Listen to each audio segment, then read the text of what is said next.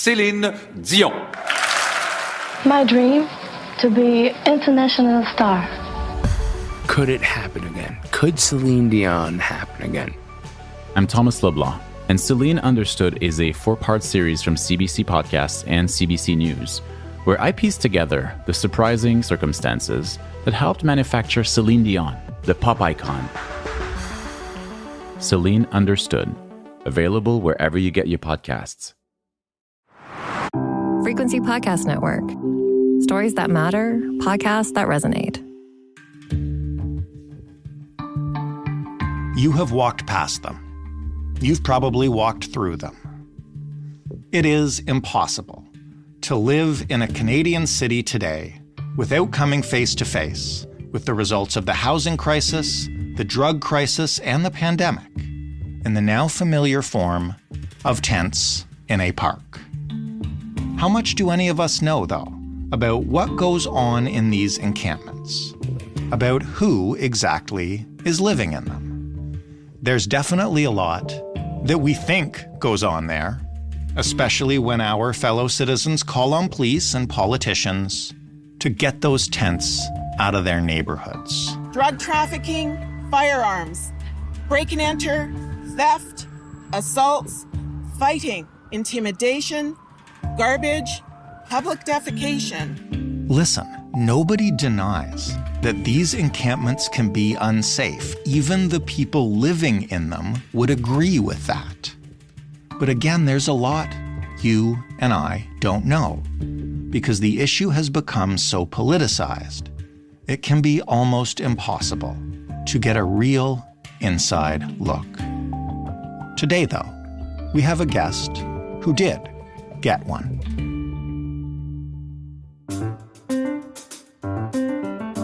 I'm Jordan Heath Rawlings. This is The Big Story. Brennan Doherty is a Toronto-based writer who wrote a fantastic piece about encampments and the people who live there for The Local. Hello, Brennan. Thank you for having me. Really appreciate it. You are most welcome. As I mentioned, it's one of the best pieces I've read about actual life inside these encampments rather than how the rest of the city views them from the outside.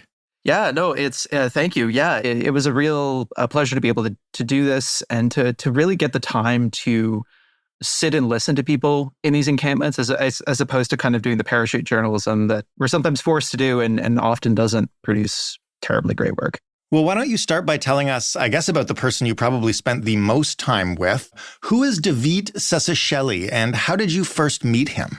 So David is a bit of a mystery, to be honest. He is originally from Georgia, the country, not the U.S. state. He has done many things in his life. He has made wine in Georgia. He has worked on construction in Greece and in the U.S. He told my photographer, Nick Kozak, that he was an ice road trucker at one point in Canada.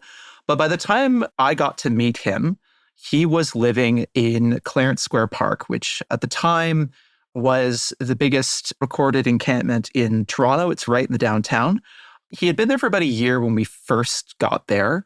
And I guess I would describe him for people who maybe haven't seen the photographs or haven't met him is he's actually he seems very quiet and surly, but he's actually got this very warm personality. If you walk up to him, he is very polite. He will shake your hand. He will invite you to sit down. He will give you food or water.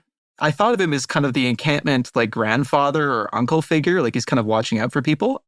There's a lot of stuff in his past we don't know a lot about, and he sometimes talks in circles.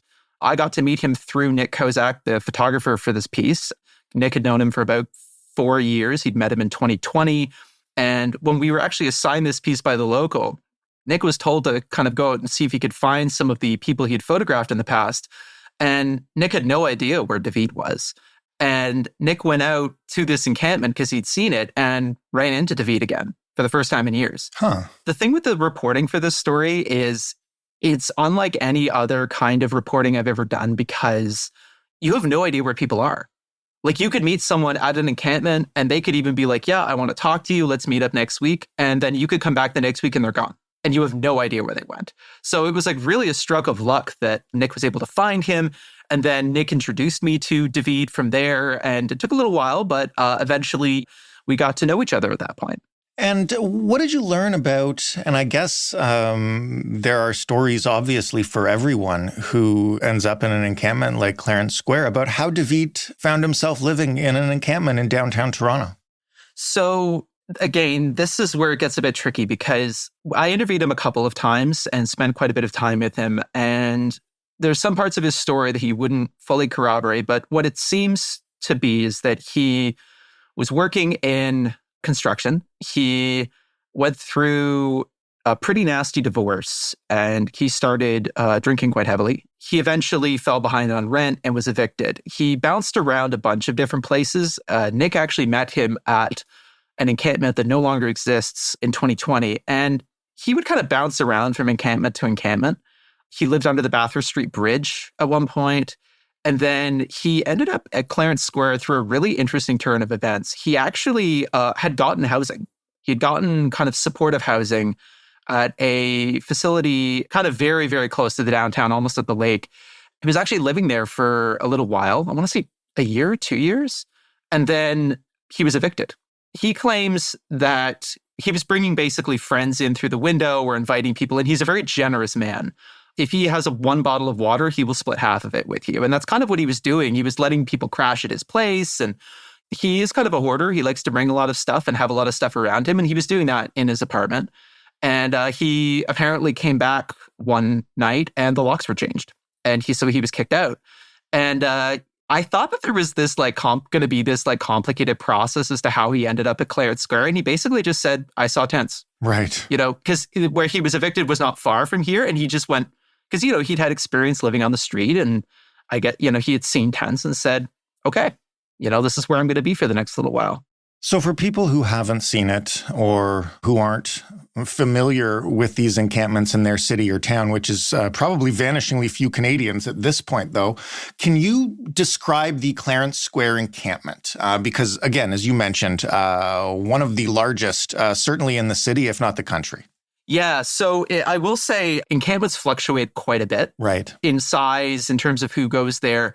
For the kind of the majority of the time that Nick and I were there, I would say there was anywhere from maybe a dozen to 20, 25 tents. The encampment was kind of on this grassy part of this park, wedged between Spadina Avenue, which is a major, major street in downtown Toronto, this dog park and a series of condos. The condos actually surround the encampment, which is really weird visually. There's kind of a central ring of tents, big tents. David's tent was one of the biggest, and it was kind of near the center. And then basically, the longer you'd been in the encampment, kind of the closer you got to the center. If you would just join the encampment, you wouldn't be allowed on the inside. You'd be kind of expected to have your tent more towards the outside.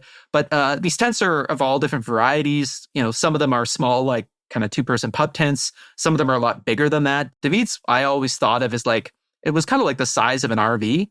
Actually, I went into his tent once with him. It was really ingenious, actually. He built this shelter that was a series of tarps, and then he actually had a pup tent inside that shelter. There was a generator that they had in the center of the camp, and they'd kind of built a wooden shelter around it to protect it from the rain and the elements. And it had lines kind of snaking out along the ground, going into people's tents to power things. Because that's really important. I mean, in the summer, it's not so bad, but in the winter, one of the very dangerous methods that people use to keep warm is they'll burn hand sanitizer, and they'll sometimes do it inside their tents. And so the generator allows them to actually hook up, electrical heaters or something, which again, maybe isn't perfect, but it's certainly better than freezing to death. And how do they have their basic needs taken care of in terms of bathrooms, water, showers, that kind of stuff? Right. So in terms of water, there's a bit of cruelty in this, I think, but there actually is a functioning water fountain in Clarence Square Park, but it's actually for dogs. And so they will be able to, if they can't buy or acquire water in other ways, they can get water that way. In terms of showers, there are a couple of community centers not too far from the encampment. And we actually heard from quite a few residents that a lot of those community centers will let them in for free to shower. The community centers kind of know that maybe they don't know that they're in Clarence Square Park, but they know that they're not doing well. Mm-hmm. There's actually a gas station right across the road from the encampment. I was told by several people that their employees will let them in to use the bathroom there. There is actually a porta potty on the site, but the interesting thing is there's actually supposed to be two. The city promised to have 2 in by April for the residents. They only have 1, and I have not gone inside it. It's pretty gnarly. They were supposed to have a second installed in April. They haven't installed it yet. They've actually installed 2 other porta potties at the edge of the encampment, but they're locked with padlocks. And they promised to have a second porta potty installed now by November. So it's a little better than you might expect, but it's still pretty rough. It's not a good place to live. And I think most of the residents, if not all the residents, would agree to that. How do the residents of the encampment talk about their relationship with the surrounding community and vice versa? Is there friction there? Are they, by now, it's been there for a while, in a kind of live and let live situation? What's that like? It's tense, to put it mildly. I would say that the encampment residents very much feel like they are kind of under siege from the world, really. And we've witnessed, a lot of people in the area or people passing through the area will kind of make a point of walking by their tents and taking cell phone video, and that really bothers them. A couple of the residents we've talked to have said that they've been kind of yelled at or belittled by people in the people walking by. We're taxpayers and we're paying for you to do this kind of thing. So they definitely don't have a great relationship with people kind of living in the area. I'll also say that sometimes there can be violence between people who are not living in the area, but are perhaps from other encampments or elsewhere coming in and starting trouble. So I'd say it's not a great relationship. And then people who own condos or apartments or live in the area, they definitely want this gone. I would say that the range of frustration kind of goes from people who want the best for people in the encampment, but say this shouldn't be here, all the way to people that are get these people out of here. I don't care. This has gone on too long. I did speak to some condo residents, and they have said, their garages are broken into all the time and bikes are stolen, and that they can't walk their dogs in the park anymore. Some of them actually describe it as a no-go zone.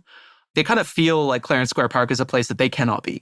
So I would say that overall the relationship is very, very tense.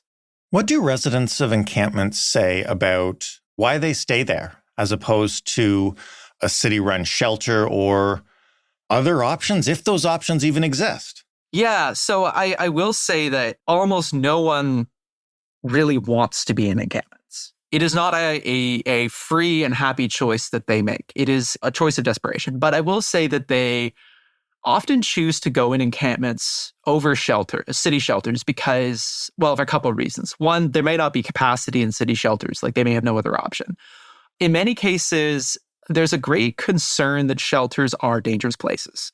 And in some ways, I get it. If you're cramming, in some cases, a couple of dozen people who don't know each other and who are honestly having the worst days of their lives into one room, you're imposing kind of restrictions on them that a lot of us would actually compare to prison. You can't be out after 10 p.m., lights out are at a certain time. You can't bring pets with you. You can't have a drink or whatever. And I don't just mean you can't get drunk. I mean you can't have anything. And so you add all these together. And then, of course, the pandemic in many ways was the perfect disease to spread in shelters, right? So you add all this together and there's a real distrust. I will say that, many people do live in shelters and choose that option. But for the people in encampments that we met, a lot of them were either just did not like the rules, really couldn't abide by them, in that a lot of shelters, I think pretty much every shelter in Toronto doesn't allow you to be using drugs or alcohol. And there are certain addictions, particularly alcohol, where if you're a heavy, heavy drinker, stopping for a day can actually be dangerous. Right. You can get, delirium tremens, which can kill you. So you add all this together, and there's just this general perception that shelters are unsafe. They're not friendly places. They're not good places. And honestly, you don't get a guaranteed spot in a shelter for long sometimes. So you might have this situation of, I have a bed for a week, but am I going to get it next week? I don't know. And an encampment, in a weird way, offers a kind of stability. So yeah, there's a bunch of different reasons, but those are some of the big ones. The encampment offers stability unless police show up and clear the whole thing out, which camps in Toronto and in other cities have seen. What is the current policy on that? How often does that happen? I know the high-profile ones were maybe a couple of years ago. What's going on right now with that? So the city has what it calls kind of a human rights approach based to encampments, which is it's kind of more or less committed to trying to find shelter, housing, addiction, and health supports to people in encampments now. And this is especially true for the big encampments. So they don't necessarily call it out in city documents, but it seems pretty clear that there were a series of very violent encampment evictions in the summer of 2021 in Toronto. Right. And the backlash from, honestly, a lot of ordinary people was overwhelming. Like, this was well before I started working on the story. And I remember, like, a lot of my friends, some of whom were not news readers, being like, what is going on? Why are we doing this? So the city has kind of changed tack, or says it's changed tack. And it's started trying to do what it sees as kind of like pretty proactive outreach to people, trying to get them on housing lists, trying to get them indoors, trying to get them to seek offers of shelter. And that is a big change from, 2021, where they were offering shelter, but it was during the height of the pandemic and there weren't many options. And if people didn't accept, the kind of initial response is, well, we're just going to clear you out of the park. What we're seeing now is kind of a little more subtle in that as much as the city says it's taking a human rights approach to encampments, they are still leaving themselves room to evict people. And they are still doing that on a smaller scale. So Clarence Square Park, for instance, over the course of reporting this story, didn't have a mass scale clearing like we saw at Trinity Bellwoods Park, which is one of the big parks in Toronto. But it did, the city would come in and say, oh, well, David's tent is unsanitary or unhealthy, so we're going to bulldoze it. And they did, actually, towards the end of our reporting process. Now, he did have another one and he was able to stay. But they're not going to clear the whole encampment, but they'll clear parts of it. Or what often happens with very small encampments, like we're talking 2, 3, 4 people, is they'll just clear the whole thing. They don't say this in documents, so I am kind of extrapolating from what I've read. But it does seem to me that the city is trying to ensure that encampments cannot grow big enough to the point where they would have to do something like they did in 2021. But for the encampments that are big enough, they're going to try and establish daily visits by paramedics, social workers, and that sort of thing to support people there. At least that's what's supposed to happen. So that's kind of, it does vary a bit depending on the context, but that's kind of the general overview of how things are going now. And how is it working? What do we know about the current number of encampments in Toronto and how many people are living in them? And, how does that compare to, say, a year ago or however long ago you want to go back? So that's a hard question to answer. The reason I say that is the city's data, my editor, Nori Roy, was able to get, it really counts tents. It doesn't count people. So we know, like, for instance, at the height of kind of just before the big encampment evictions in 2021, city data has about 300 or so tents.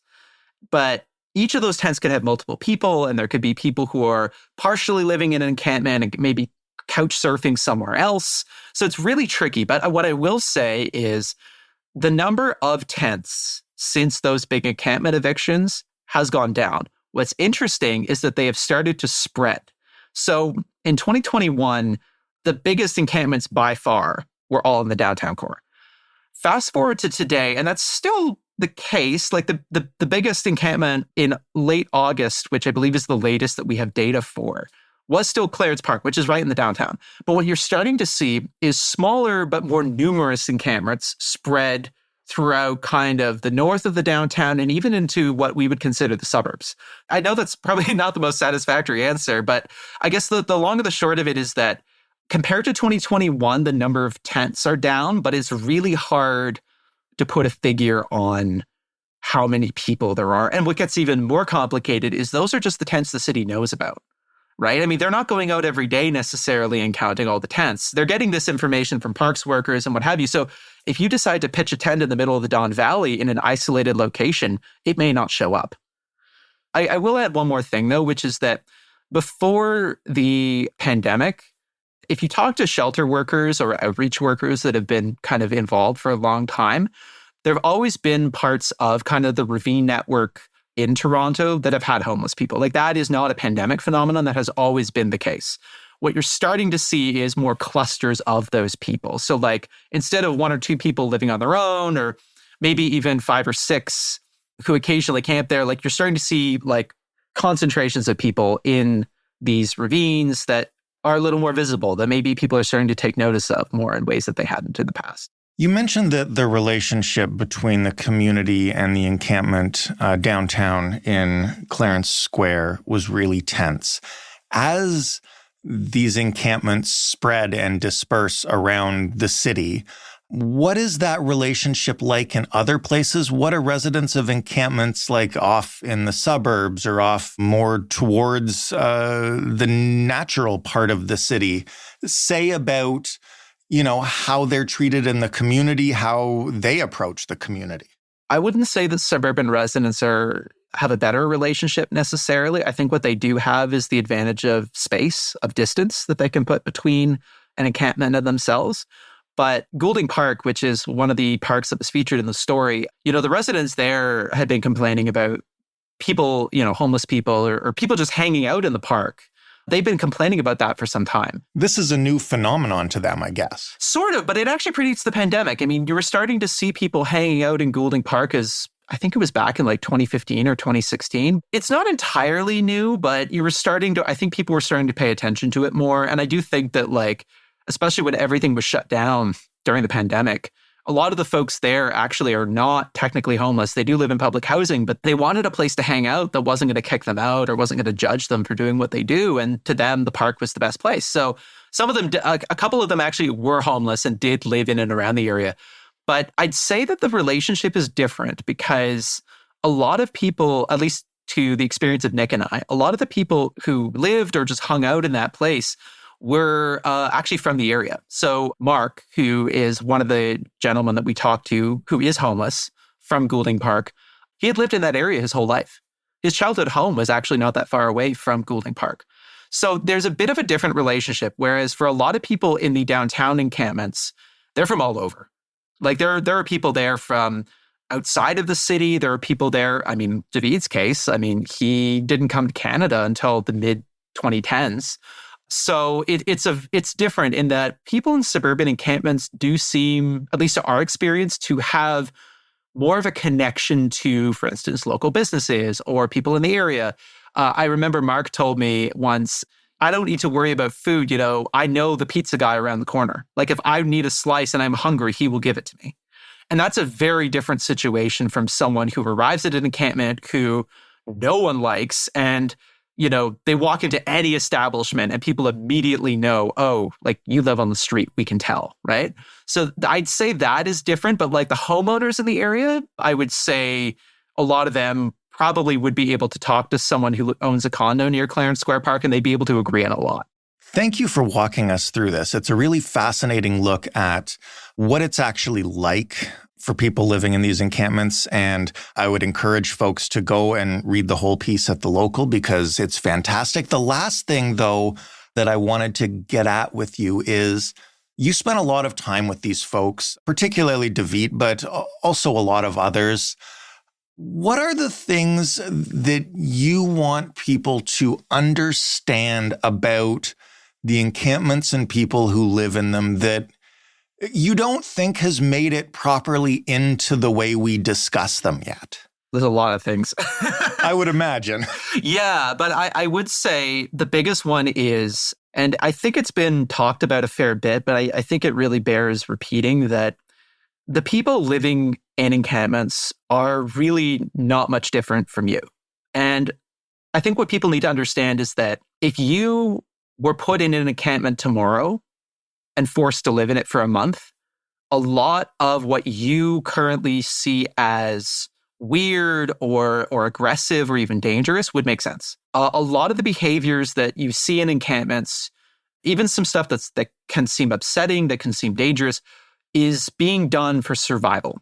And a lot of the people in those encampments, they are just trying to survive. I guess I would also say that, we are not ambitious enough as a city. The piece may come across as a real attack on anyone involved with the city who's trying to help these people. And I think that there are city workers who genuinely do care and who are trying to do the right thing every day. But as a society, we are simply not ambitious enough when it comes to building enough affordable housing, to ensuring that people get the mental health supports they need, to treating housing not as something that, we can put you on a list and you can get it in 4 years, but to say, how do we get you in somewhere like next week? And that's a really tall ask. Like, I'm just a writer. I am not a policymaker, but I think people really need to treat that with an urgency that I don't know if we are. I mean, even the people who talk about wanting housing and wanting that, I mean, we can't work on a timeline of years or decades. We have to think about it in like weeks or months. But yeah, I guess those are the two big things. Like, we need housing, and also just, it's very easy to dismiss people in encampments. David, as much as, David has a lot of issues, mental health issues, physical issues, but like, when you spend time with someone like him and you see the way he lives, I mean, this isn't the greatest option for you long term, but I understand why you're doing this now, because you aren't really thinking about 5 years from now. Like, a lot of us have the luxury of planning our lives 5, 10, 20 years down the road. He's thinking about, like, what do I do today or tomorrow? So yeah, I guess those are the two things I'd leave people with. Brennan, thank you again. Really appreciate you making the time for us. And again, great work. Thank you for having me. Really appreciate it. Brennan Doherty, reporting in The Local. That was The Big Story. For more, you can head to thebigstorypodcast.ca. You can, of course, send us feedback on this episode or any other by calling us at 416-935-5935 and leaving us a voicemail, or by sending an email to hello@thebigstorypodcast.ca. We're available in all your favorite podcast players, and as you may know, all your smart speakers just ask them to play The Big Story Podcast. Joe Fish is the lead producer of The Big Story. Robin Simon is also a producer on the show. Matt Kesselman is our sound designer. Mary Jubrin is our audience development lead. Stephanie Phillips is our showrunner. Diana Kay is our manager of business development. And I'm your host and executive producer, Jordan Heath Rawlings. We've got an In This Economy for you tomorrow. We've got a throwback episode on Sunday. And myself, Joe, and Robin will be back with a fresh big story on Monday. And we'll talk then.